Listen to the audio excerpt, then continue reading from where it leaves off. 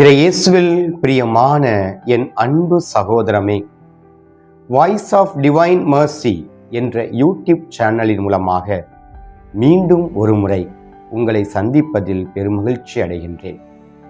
திருவருகை காலத்தின் 2ஆம் ஞாயிற்றுக்கிழமையில் அடியெடுத்து வைத்துள்ள நாம் இன்றைய நற்செய்தியிலே, இன்றைய வழிபாட்டிலே மனம் மாறுங்கள், நற்செய்தியை நம்புங்கள், பாலன் இயேசுவினுடைய வருகைக்காக நாம் நம்மையே முழுமையாக தயாரிப்பதற்காக அழைக்கப்பட்டிருக்கின்றோம் என்பதை மறந்துவிடக்கூடாது.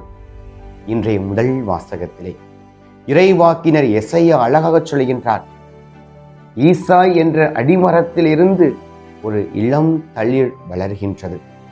அந்த இளம் தளிரின் மூலமாக காய்களும் கனிகளும் பூத்து குலுங்குகின்றன. அதே போலதான் நாம் ஒவ்வொருவருடைய வாழ்விலும் இந்த திருவருகை காலத்திலே ஒரு புதிய வரவோடு, புதிய அர்த்தத்தோடு நாம் வாழ்வதற்கு அழைக்கப்பட்டிருக்கின்றோம் என்பதை மறக்க இயலாது. இன்றைய 2வது வாசகத்திலே ரோமியருக்கு எழுதிய திருமுகத்திலே பவுலடிகளார் சொல்கின்றார், நமக்கு முன்பாக கொடுக்கப்பட்ட ஒவ்வொன்றுமே கற்பிழனாகதவை, கற்பனை அல்ல, கற்பிழனாகதவை.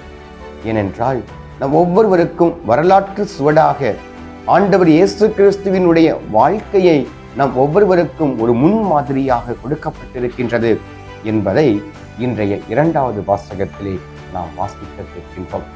இன்றைய நற்செய்தியிலே திருமுழுக்கு யோவான் பாலை நிலத்திலே மனம் மாறுங்கள், நற்செய்தியை நம்புங்கள், ஆண்டவருடைய வருகைக்காக உங்களையே செம்மையாக்குங்கள், தயார் செய்யுங்கள் என்பதை முன்மொழிகின்றார்.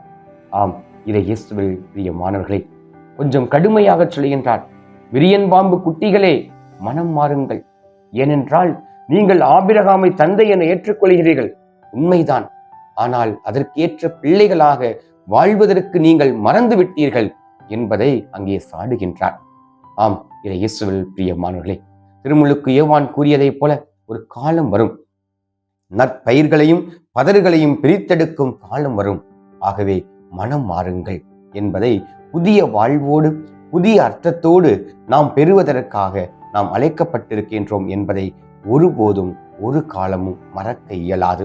ஆக இன்றைய வழிபாட்டின் மூலமாக திருவருகை காலத்தின் 2ஆம் ஞாயிற்றுக்கிழமையிலே அடியெடுத்து பாலன் இயேசுவினுடைய வருகைக்காக நாம் நம்மையே முழுமையாக தயாரிக்கக்கூடிய இந்த நாட்களிலே நாம் எவ்வாறு மனம் மாறுகின்றோம், நமது சொல், செயல், சிந்தனை, ஆற்றலில் நாம் எவ்வாறு ஒரு புதிய வாழ்வை ஏறெடுத்து பார்க்கின்றோம், புதிய வாழ்வை நாம் ஏறெடுத்து மட்டுமல்ல அவற்றை நோக்கி முன்னோக்கி செல்கின்றோமா என்பதை நாம் சிந்திப்பதற்காக அழைக்கப்பட்டிருக்கின்றோம்.